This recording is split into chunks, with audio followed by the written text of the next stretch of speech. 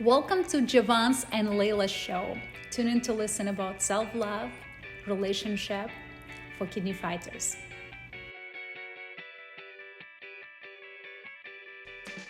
Oh, hey, you're recording now. Do we miss all of that? All right. Aloha, everyone. Welcome. Thank you for joining us here on Renal Mate. I have my dear friend Jovan with me. Today, we're going to be going over body image and just the ways in which we can become more self-accepting, adapting to the ways our bodies change as we go through dialysis, transplant, surgeries, our scars, and moving through kind of the grief and as our bodies change and come back to ourselves. So ways that we can find self-love practices, how we can grow and evolve within our mental state to start seeing ourselves in a more loving and tender light. But thank you so much, Jovan, for being here with me. For sure. What's up, everyone? Yes, I'll have to add in just a quick little sub note. So Jovan and I just recorded the podcast, or we thought we were recording the podcast. I sadly did not hit record. So you're getting us on our second round of going through these beautiful stories. So we've hopefully now had a moment to refine them, make them a little bit more alchemized or stronger, if you will. So a little bit of distillation is the word I was looking for. Yes.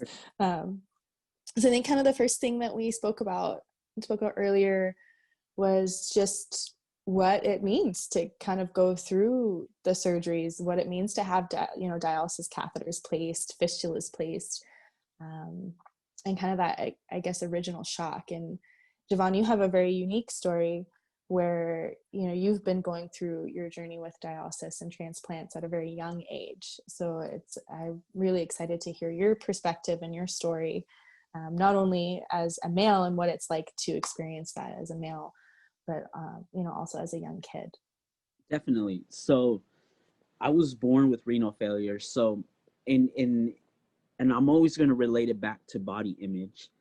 The first time I feel I actually felt something different was very young. I was probably like in kindergarten or second grade. I have a scar that literally circles my whole body around. They moved my kidneys from the back to the front for future transplantations a month when I was a month old. So at those young elementary school age level, I already knew there was something different. By the third grade, when I was 8 years old, I got my first transplant, and so I had a scar on my right side, my lower right side. So we had a pool. My parents had a pool, and all my friends from the neighborhood used to come swimming, and they would always ask questions. So I already knew it was something. I had something different. Now, it felt negative, but at the same time, I had cousins that were very motivating. They're like, "That's unique towards you. That's what makes you cool." So I thought it was like pretty cool that I had all these scars and none of my friends had any. So it was still negative. I knew there was something different, but at the same time, I knew there was something unique about me that no one else had. And so that was third grade, 1993, 8 years old. Fast forward to 1997, and this is where body imaging was more of a getting into my head mentally as a psychological battle, because this is when I first get peritoneal dialysis. So now I have a catheter in seventh grade, and it was just leading up to the surgery was um, horrifying, knowing that there would be a catheter. And at that time, you're starting, to think about girls. You start to think about dating in middle school, going into high school, but we're still in middle school. This is 1997. And yeah, it was difficult knowing that there was a catheter coming out. I'm the oldest. I have three younger brothers. So, it was always, we dealt with it more with humor. I always try to hit with it with the dialysis catheter. So it was pretty funny in a way. So I adapted pretty quickly in middle school. I think it was more anger. Why me? It was the more why me stage, and why do I have to do this? Why do I have to go to the clinic every month? Why do all these whys? Come high school, now you're really starting to think about girls. You're really starting to think about dating. All your friends are going to the dances, but you have to get connected early. And, you know, I've only had peritonitis one time out of those 6 years. So it was more of it was more of a, I have to accept it now in high school. My friends were asking questions. They'll come to my house because I had a computer at that time. I'll tell them the VCR. And, you know, I don't know if people even know what VCRs are now, but it's kind of funny that they even believe that, even though it didn't even look nothing like a VCR. Back then, they were probably like, "Where are the controllers, man? Like, how do you play this game?" Those instances with body image where the two would fall off, and my friends could see it under my shirt hanging. It was very dreadful. It felt very embarrassed. I hated it. It always made me remember that I had dialysis, and the why me again, like, damn, why me? Why do I have this? So those body image issues were still relevant. It was still a battle, a daily battle, a nightly battle. Um, Come high school, I still have dialysis for 1 year, and I'm still battling the same issues. But then I do die. Then my mom donates her kidney, the trans. So now I have two scars from the transplants, literally a V. How old were And you when you received your second transplant? 19. 19. I was so 19. It ended up working, and all those body issues kind of went away, because it was almost like I'd rather have all these scars on me than a catheter, So it was, by that time I was more accepting. I ended up moving to San Diego, and my friends in San Diego were more like moving to when I was in my hometown in Merced. I never really spoke to anyone about it. I kind of try to hide it more. When I was in college, I was like, this is me. I got a transplant. Yeah, I had dialysis. That's who I am now. That's me. And it was more, I wore it on my shoulder more. And and even throughout those elementary age, middle school age, high school age, I was taking this acidic medication. I forget the name of it. That basically destroyed the enamel on my teeth. So it kind of disfigured it at a young age. So I Were was those your baby teeth, or were those your? all of them, even when it usually came out. So subconsciously, I was already thinking like that. Getting teased with that kind of, I felt, now helped me later on to like accept who I was at a quicker pace. You know, and so in college, I was very, very well aware of everything now, 19, 20, 21. And the whole body image issue never really affected me, because then I started the way I started coping with it was my friends were doing jujitsu, Brazilian jiu-jitsu. And for like about 5 or 6 months, we were daily doing that. My cousin Gabriel was a, raw foodist vegan. So he always had healthy choices, smoothies ready. So I felt the best I've ever had to that point, you know, health wise, mentally wise. I felt amazing. I didn't feel the body image issue again until I got back on dialysis when my kidneys failed again, when my body rejected my mom's kidney. And I went back on PD. And so the And then most how old were you then? I want to say 24. Mm. 24. So the kidney lasted about 6 years. Yeah, about 6 years it lasted. And so I have PD now, the second go around.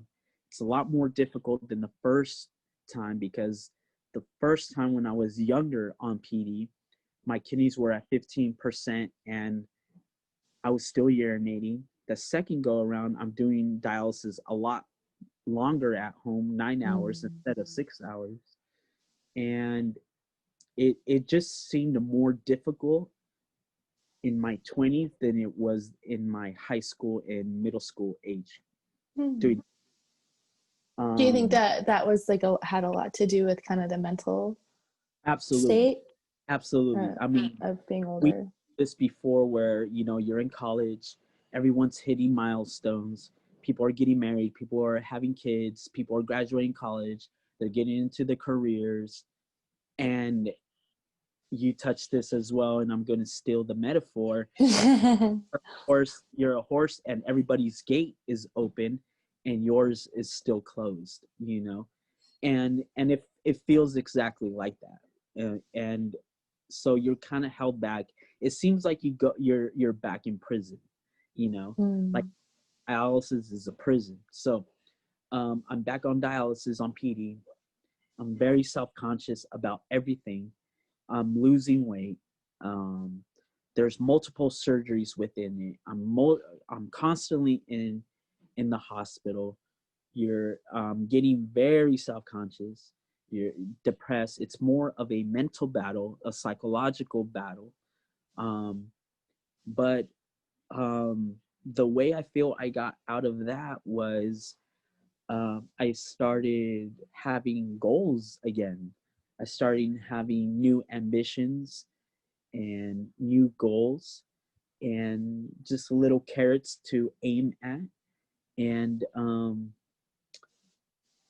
I started, and fast forward to now, what really got me out of it is now I'm at the current state I'm at. I'm doing CrossFit with a good friend of mine. It's actually his birthday today. And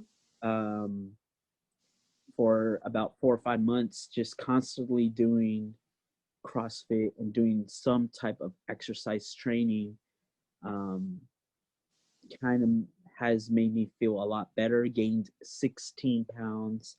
So mentally and physically, it's always been a constant balance of, yeah, I might be mentally good, but physically I don't feel good, or physically I feel good and mentally I don't feel good. So it's that constant battle of getting everything balanced, and that journey will never end. It will, for me, I feel it's a lifelong journey, and the sooner I could accept that, the sooner I accepted that was when things got somewhat easier.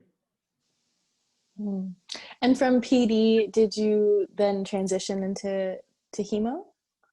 Correct. So right now I have the catheter in my upper right chest. I've had it in both chests. I've had it in both of my legs, both of my arms, my neck. Um, and in a weird way, I never really felt self-conscious about that. I always thought it looked pretty cool. I thought it was like super different. I'm kind of weird like that. The only place I felt super self-conscious was on my leg. Just Mm. because, I play soccer. I'm president of a youth soccer club in Merced. Shout out Merced United. Mm. And the whole thing is very, I just didn't feel comfortable uh, Mm. there. The tube right there on your leg. So right there, Mm. it's very difficult to walk. You're very self-conscious about that. You had a PD catheter on your leg? It was a No, hemodynamic. you just had the tunnel catheter like on. So you Yeah, still had the two little dingly yeah. guys. I had it for the longest I had it on my leg was a couple of days Wow. because still trying to get it in my chest. So Mm. the tunnel catheter that I have on my chest right now, I've had it for exactly a year and 5 months. Oh. And I don't like when they put it in the first 2 weeks, it definitely hurts. After, it doesn't hurt. I have to Yeah. jog, have to dodge the shower, you know, Mm. you know, Yeah. so, How do you do that? Because I I remember mean, not taking showers for I the definitely, first few weeks. but it's definitely, you have to not wet it, or I just put a towel over it. And Mm. it's difficult, but for the most part, you have to do it. And that's always the mentality that my mom always ingrained in me, that it's like, Mm. you have to do it. Like, you have to, like, to survive. Like, there is no choice. It's not like, hey, there's a plan D, you know, like Mm. what you have to do. So, um, bringing I it always back, feel like there is a choice, I mean, the because it's choice is like, not to do it. yeah, So there definitely is, everybody, it's always a choice, but there's always a clear cut choice, yes, you yes, know? And I'm going to choose the clear cut choice, which to me, I'm interpreting it as there is no other choice, you know? It's, and I think oh, that's like, oh, go ahead. no, I'm sorry. I think that's Just the beauty to, in it. Oh, you're go good. ahead, Jovan. I Go agree, ahead, Jovan. I agree with I agree with what you're about to say, that that's the beauty in it, right? So you're good. Yeah. I'll give you the clap. The beauty, right? And and choosing to want to survive, because majority of the population in this world, you know, doesn't do that on a daily basis. They wake up, they brush their teeth, they go about their business, and they never really think twice about their health or what their body's going through, or extra care that they might have to give themselves, and I think it is a gift and a curse. It's kind of one and the other. To But how grateful that we can, essentially have a zero functioning kidney is a huge organ system in our body as far as cleansing, the toxin. I mean, all the things, right? Your blood pressure, blood cell production, all your electrolytes, your thymus gland. I mean, right? There's so many things that our kidneys do, and that we have a machine that can help us in clearing our system. There's so many different diseases or chronic illnesses that don't have that. And I do feel really fortunate that For kidney sure. disease does, So and I think Leila, even, you've had dialysis at a later stage in life, at yes, 27, 26 or 27, I was 27 at the time. Yeah. 27. Yeah. And how did you go through body image issues, physically or mentally?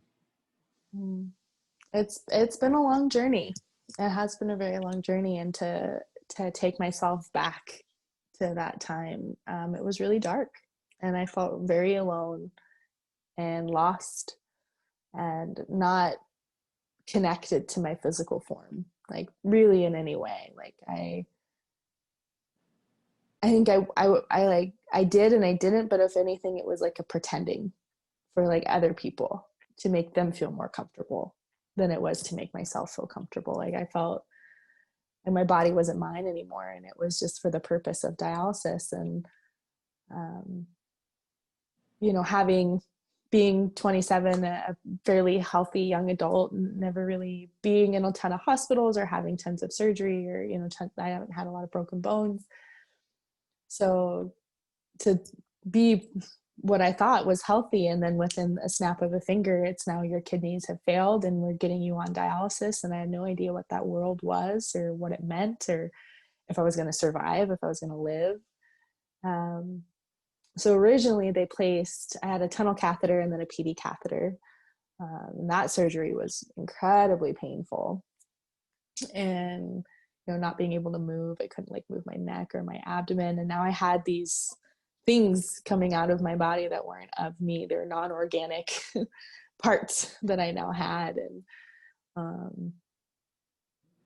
you know, even, you know, going into center, I was pretty lucky. I only did in center for a couple of months while my catheter healed. But yeah, I spoke about this earlier, but, you know, having a tunnel catheter on your chest as a woman is kind of hard. Like, you know, we do have breasts, you know, most of the time we wear bras, or we try to wear something else on top. So I'd always try to like tuck that into my bra, but then I'd have this like huge bulge coming out, and my anchors ended up, the sutures like were like rubbed through my skin, so my sutures came up and out. That was irritable and itchy. And then I had trouble with my first PD catheter, where my nurse pulled out the anchor when it was like maybe a few weeks after post-op. I kept thinking I was getting an infection. So anyways, long story short, like went to the surgeon. He tried to remove the anchor, wasn't able to nick the cord or nick the tube. So I immediately had to go into surgery and had another one placed. So I think I had my first surgeries in October of 2011. And then I think it was like the end of January that I had my other catheter placed. So I felt like was a lot of surgery in a very short period of time to have.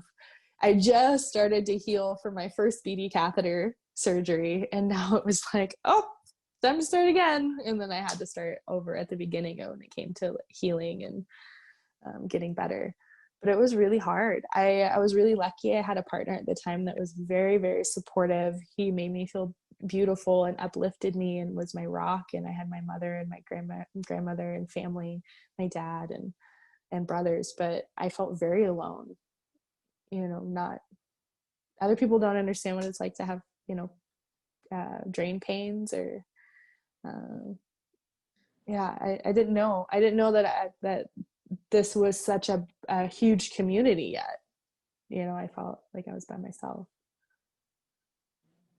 For sure. And how did your friends or your family react to it? They were very shocked. I mean, we were all in this state of shock. And, you know, I went through those stages of grief. I really do. From those deep depressive moments of feeling just so, I remember how hopeless I felt. And, you know, even though I had huge support from my friends, they were reaching out, they wanted to support, how can they be there for me? You know, once again, having a really supportive core network of family that were there to support me, I felt like I was on an island with my machine. Like it was just me and I coinly named my dialysis machine Buzz, because as you know, they're very loud. They make a lot of noise, and it was just me and him. And you know, even though I had the support and love of my friends, it was really hard. It was really, really hard. I didn't feel as though I was in my body. And, you know, like, I mean, right, that analogy of being held back, I felt like life just all of a sudden, like the doors closed. And it was like, you must stay here and other people are going to move on around you. And, you know, it took many years and a lot of work mentally to really get to that point. And I think I give a lot of credit to my friends, my family, for helping me, supporting me, helping lift myself up, because at that time I didn't know how to lift myself up. And I think one of the biggest things was reaching out and finding a community, and realizing that I wasn't alone was probably like the catalyst to being able to really make those healing steps towards my own mental health, my physical health, and realizing that dialysis was a part of my life, but it wasn't my whole life, and that I could tailor it to fit, other exciting activities and things to do. That this wasn't just going to be this dark cloud that kind of hung over me, that I had the power to move my own clouds and create sunshine and create brighter days.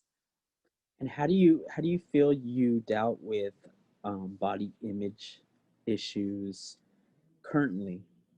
How have you come to accept the way you look internally or and physically? I think I kind of go back to what you may have mentioned, is that you're kind of bionic. And that's what I think of myself now. It's like you got 2 kidneys, I got 3.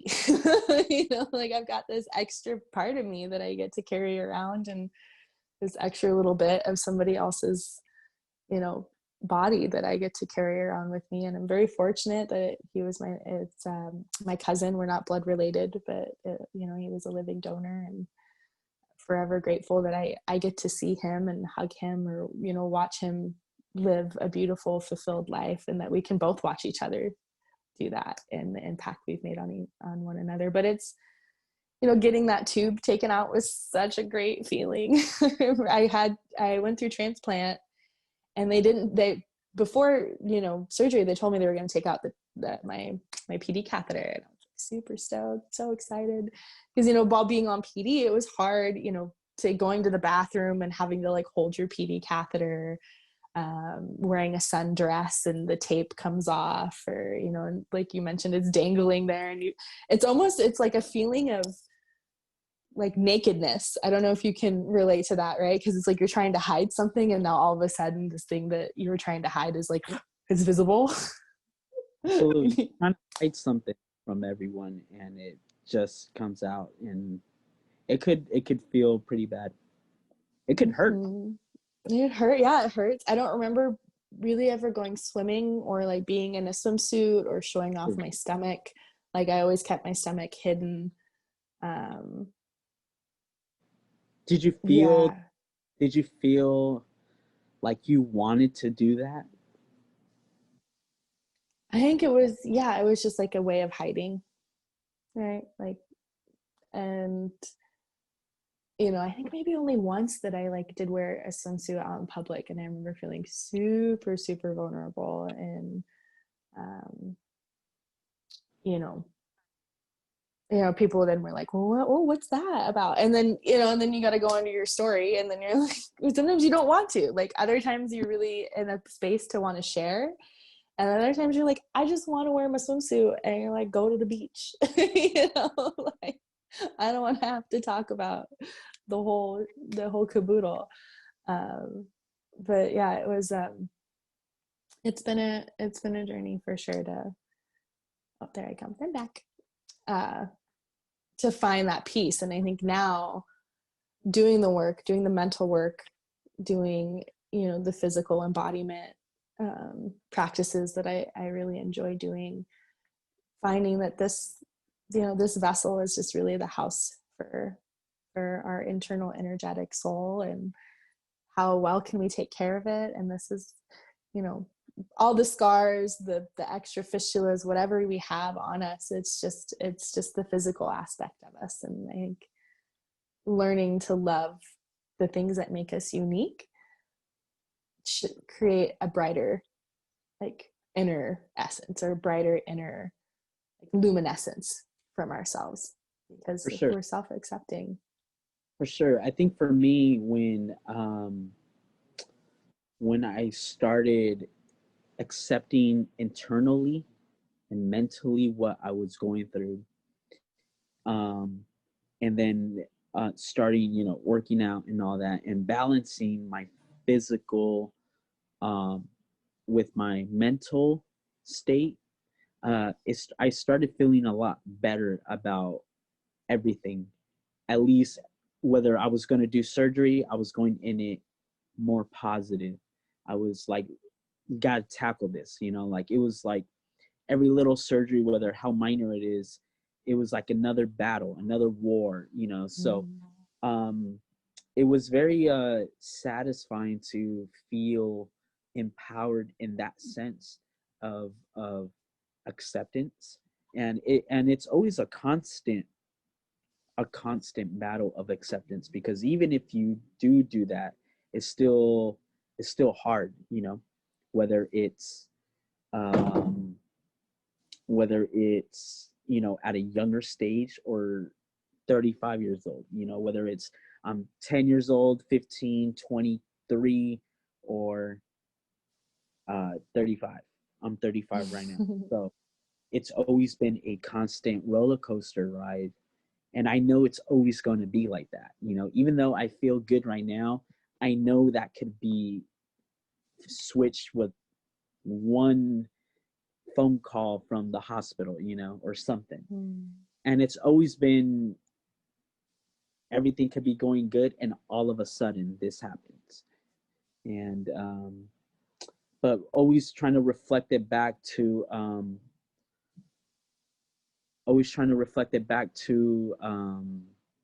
body image. I think it was a lot easier for me to accept it. I never really had to go through any of those like how women look through magazines and stuff like that. I never really had that from a guy's perspective, so to say. It was more from friends that are like, why don't you work out? Why don't you do this? Why don't you do this? Why don't you do that? So it was more of a peer pressure thing than anything.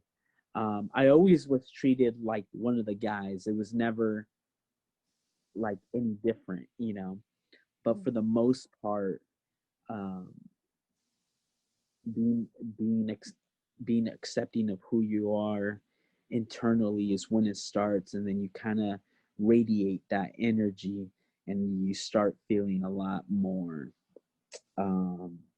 positive about yourself and who you're looking at in the mirror. For the most part, you're more comfortable looking at yourself, so Yeah. Okay.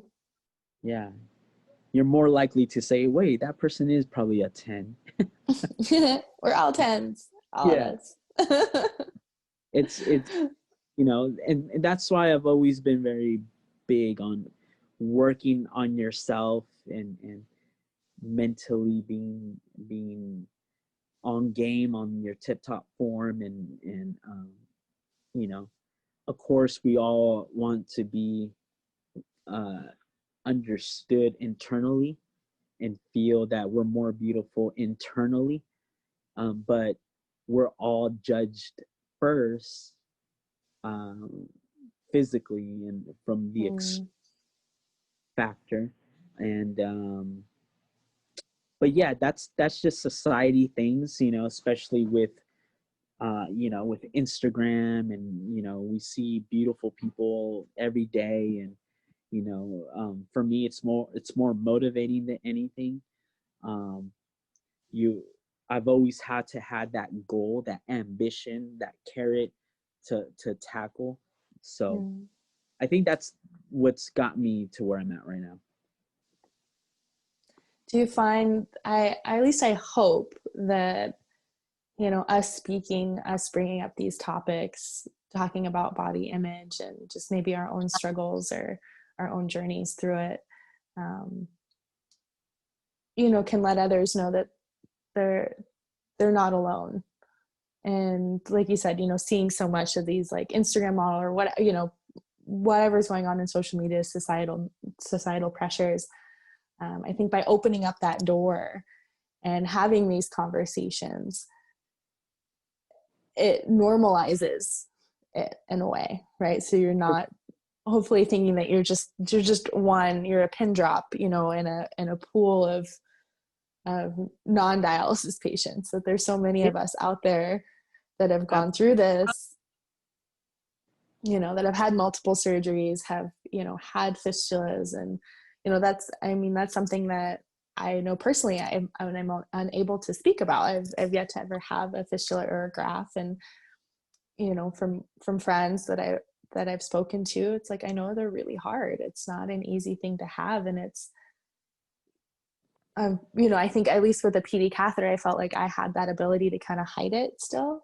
I mean, when I had my tunnel catheter, it was a little harder, but I didn't have it for very long. And so if anything, majority of what was going on with my ability to be like more self-accepting and finding inner peace and all that was in my brain, you know, was in my mind, and creating those narratives that like I wasn't worthy enough, or I wasn't good enough, or, you know, this body of mine is just hanging on until I can get a kidney, you know, rather than thinking that I can really thrive and have a fulfilling life. You know, to have that level of intimacy with a partner, if that was something, you know, that you want to have, to be vulnerable, to know that you are worthy, is, you know, something that we create through deeper self practices. And then I think, right, that inner peace can then radiate throughout you, and then maybe seeing your body in a different way, that it's kind of not just part of a machine, but it's this vessel that is like taking you and carrying you through life.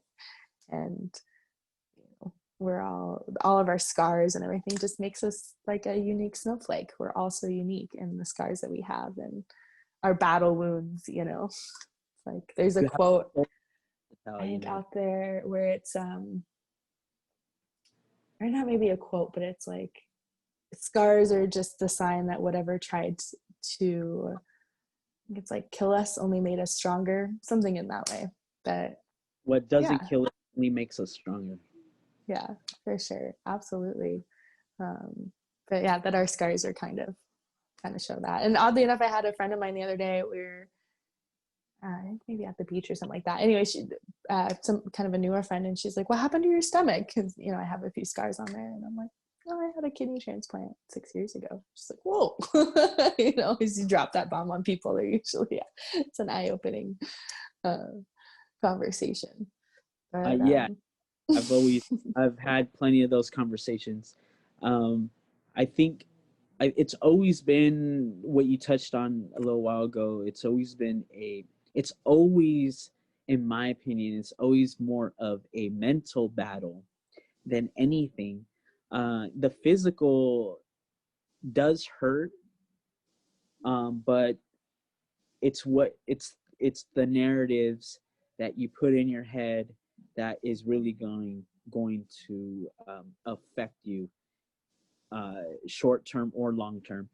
And I think that, you know, second lives, even, you know, maybe even a third transplant. I am going through on the list again, and for my third transplant, it's you start thinking about, and I know you touched on this, we're here for a reason, you know. So, you know, if we're here for a reason, what is that? And whether I never used to talk to other patients, I never used to interact with anybody else. I used to just do me, and that's it. But, you know, now, you know, meeting you and Natalia, feeling that maybe our stories and your story, if that could help at least one person, you know, just that one person that might think, hey, you know what, maybe I should be thinking about my situation a little different. Maybe see the cup half full instead of half empty. I think that is a positive and a good feeling in a way, you know. Yeah, being able to weave your passions and purpose is really fulfilling. And you know, I think maybe the one like a nugget of advice, I guess, that I could tell people is that you know, at least just in my own personal healing, is like finding community, I think is really special. And hearing other people's stories and knowing that you're not alone, that whether it's in your dialysis center, if maybe you're on PD, you know, I mean, now how lucky are we maybe earlier spoke of the not so bright sides of social media. You know, I think some really beautiful aspects of it is that it allows us to interact with people all over the world that are going through this, and looking, you know, maybe looking at hashtags, or, you know, of course, following Renal Mate. And, you know, this community here is here to support you in the journey and the path that you're going through, both physically and mentally. And like that we are here to help support you in that. And I think it's so easy to, like you mentioned, right, to want to like disconnect and just go into your own little bubble, and, you know, you feel as though you don't have to really interact with anybody else. And but I think there's healing in community. There is really a lot of healing in community. And for people to really open up, I think it's different for you and I. Our experiences are a little different, but our personalities are more outgoing, I would say. And I think that we a lot of people have gravitated to those stories, and I think we understood that. And I think if it's probably a little easier for us to open up about those issues than others. So hopefully others could come to accepting. I wonder if we could talk about those issues because we are more accepting of it already. I think so. Yeah, because like, right, you circle back, and I think if you're able to find that healing in those certain spaces, it makes it easier to speak about it, you know, knowing that we've gone through it, that we've been in those darker times, we've been in those really difficult spaces mentally and physically, you know, and have kind of done the work to want to come out of it. I think, yeah, that's and I think in my opinion, I feel like you went through it harder than I have, because you went through it in your 20s, you know, just like we mentioned before, that's when people are doing their milestones, and they're starting their lives. And for me, it was more at a younger age, 11, 12, and I had to just deal with it like more of an angered young teenager, you know. Yeah, but I mean that anger, right? That raw emotion that you're going through. So to, you know, and then your mention of, you know, being in your 20s and it being a little bit harder as well, like coming back and then going through those deep emotional wounds, you know, at an older age, it's difficult.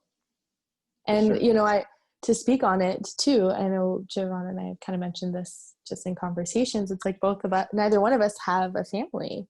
Like we're both single individuals, you know, neither one of us have children, and, you know, not married. So I can see how difficult that would be when being in a partnership. You know, during dialysis, I was very lucky to have a really supportive partner, but I know that's not the case for everyone. And maybe, you know, you are going at this as a single individual, and it's just hard. I think the stories that we've told, it's a constant work in progress, and it's an up and down, in and out, twirling, you know, all the emotions and spaces that you can go into. It's not easy to find that and to work through it. But I think just by doing little daily things to maybe try to find what works for you. Everyone's different, you know, whether it's writing in a journal. Some people love to write little Post-it notes and like put it on their mirror or write on their mirror. Maybe put a sticky note in your car, listen to podcasts that are about positive affirmations, meditation, you know, meditating in the morning, and really, I think the beauty of meditation, and you can do it of course at any time during the day, is to find that state of the witness, and to find where in our minds that we're allowing our thought processes to take over, and where we're allowing those narratives to become louder and louder and louder. You know, where in our minds can we allow more of the inner best friend to come in, and for that voice to become louder, And, you know, it's a phrase that my yoga teacher told us almost like at the beginning of our training. And it's something I'll use, I think, for the rest of my life is, the mind is a dangerous master, but a beautiful tool. Interesting. And do you mean witness to yourself or to society? And witness of self, right? Witness of what we're telling ourselves on a daily basis, and how do we speak to ourselves? Is it with love and grace and gratitude, or is it, you know, with judgment and maybe spite, or, you know, where's the emotion that's coming from it, you know? And then where is it coming from? Becoming curious, like maybe you do have this thought process, and then you go, well, why am I thinking that? Where is this coming from? How can I maybe dive a little deeper into it and feel into the root of what is coming up, you know, rather than maybe just taking it at the surface level. And granted, that's deep, you know, that's going to probably bring up a lot of things. And I think the best thing that we can do is just allow it to come up, because the emotions and things that we hold inside of us are just going to get trapped. And the more that maybe we speak or we cry, or, you know, you can do shaking, which is really fun, you know, dancing and, you know, moving energy. Yoga, of course, is beautiful. And it doesn't have to be headstands or crazy poses, you know. I mean, some gentle movement is always welcomed. Maybe look up like a nice beginner class. My hope for the future is to start creating classes for you guys that are more geared towards dialysis patients, to make adaptations for, you know, there's only certain abdominal moves that you can do while you have a PD catheter, or if you have your fistula. So, but even just a nice gentle movement, you know, exercise, right? Getting our endorphins up and running, and finding that, hey, even though we have a catheter, we have a fistula, or we're on dialysis, like how miraculous and remarkable our body is in movement, and that we still have all these things that we can do with it, even though we're on dialysis.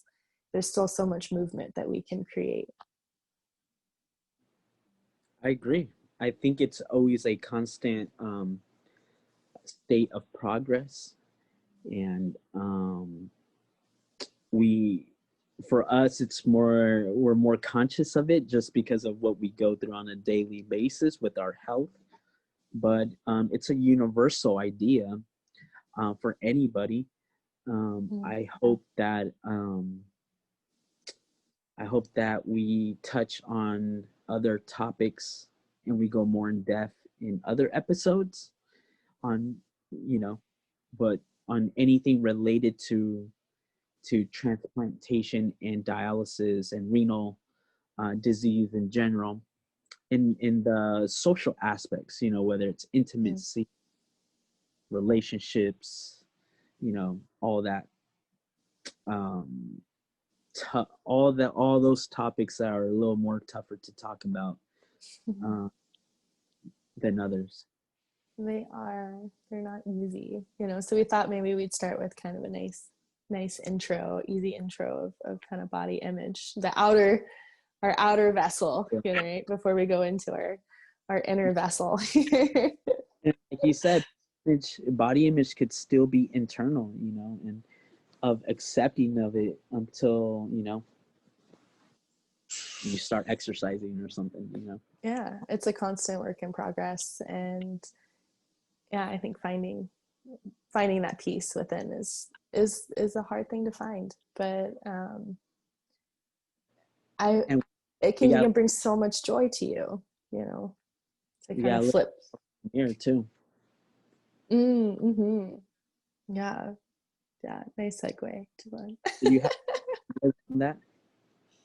Yeah, so I was so happy. I want to share with you a little self-practice that I did, and helped me a great deal, you know, when I was starting to heal the wounds that were created through dialysis. And it's something that I continue to practice today. It's called transfiguration, and it's seeing the body through the divine, and seeing yourself through the divine. And, you know, you can kind of associate with divinity however you like, but or whatever feels comfortable for you, whatever kind of resonates for you, I guess. But we are all like, you know, little star seeds, if you will, and we all have our own divinity and our own light and our own God and goddesses in us, you know, and it's not easy to see yourself in a mirror sometimes when there are a lot of other barriers that we've created in our own mind. So a practice that I really enjoy doing is taking a mirror wherever, you know, maybe it's in your bedroom, bathroom, wherever it feels comfortable. Maybe you want to be seated, standing, and just taking a few moments. If you want to play some music, if you feel like you enjoy the silence, but you'll just take a few moments, and you can start by eye gazing. So you'll start gazing into your own eyes. This is very intense and may bring up emotions. You may start crying, you may be angry, you may feel the need to scream and yell, whatever, you know, needs to come up and out of you, kind of allow it to do that.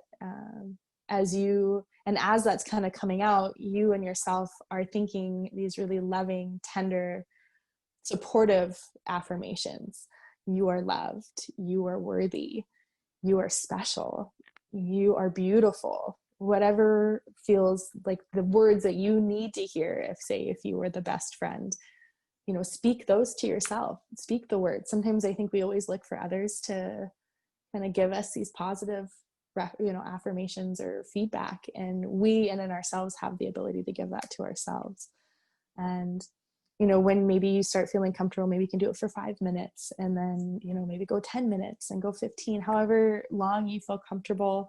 Once you maybe feel like you've got a grasp on doing your own eye gazing, you can start doing it with other parts of your body, maybe with your fistula or your graft or your PD catheter or your scars. You know, just taking that reflection and flipping it and telling yourself how loved, how beautiful, how sacred, how divine you are in your physical being. And I know it's helped me greatly. So that was just something I wanted to share with you all, and hope that it made, you know, expand your experience of self-love. Definitely. That's pretty cool.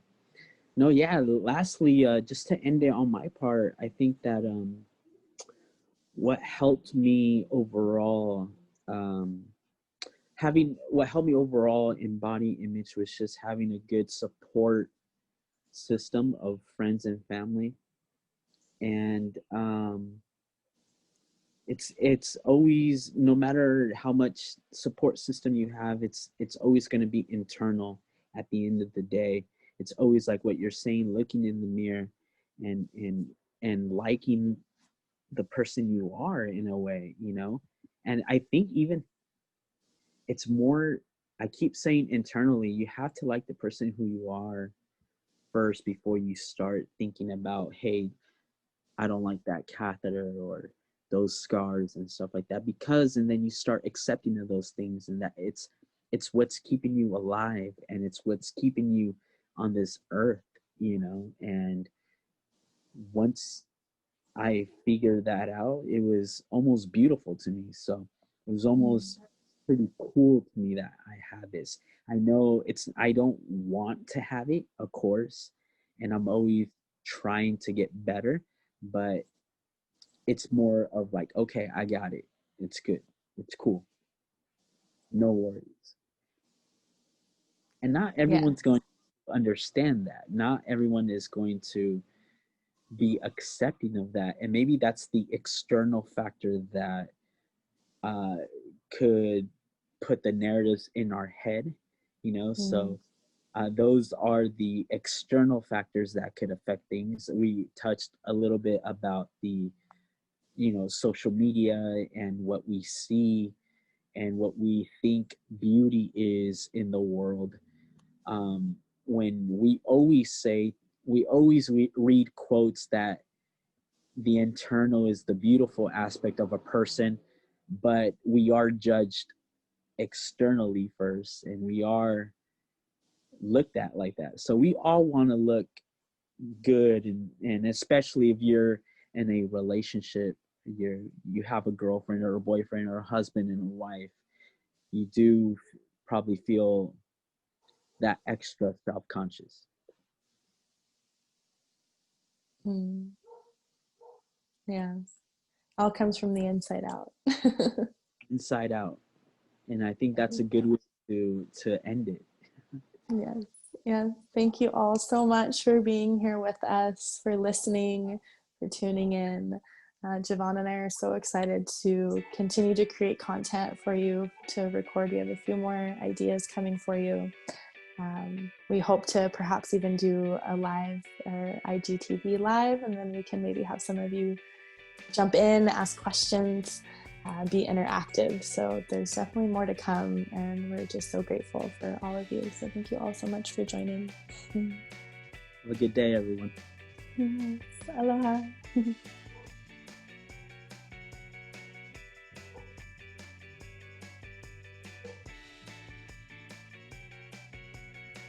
Thank you so much for listening. Jovan and Leila shows will be published weekly basis at noon Pacific time. Make sure to follow us on social media. And if you have any feedback, make sure to send us private message on Instagram at Kidney Health Interview. Thanks.